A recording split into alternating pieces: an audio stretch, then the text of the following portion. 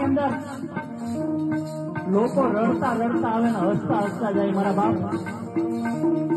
ઈ તો જેના કામ કર્યા હોય ને એને ખબર હોય, મને કે તમને ન ખબર હોય.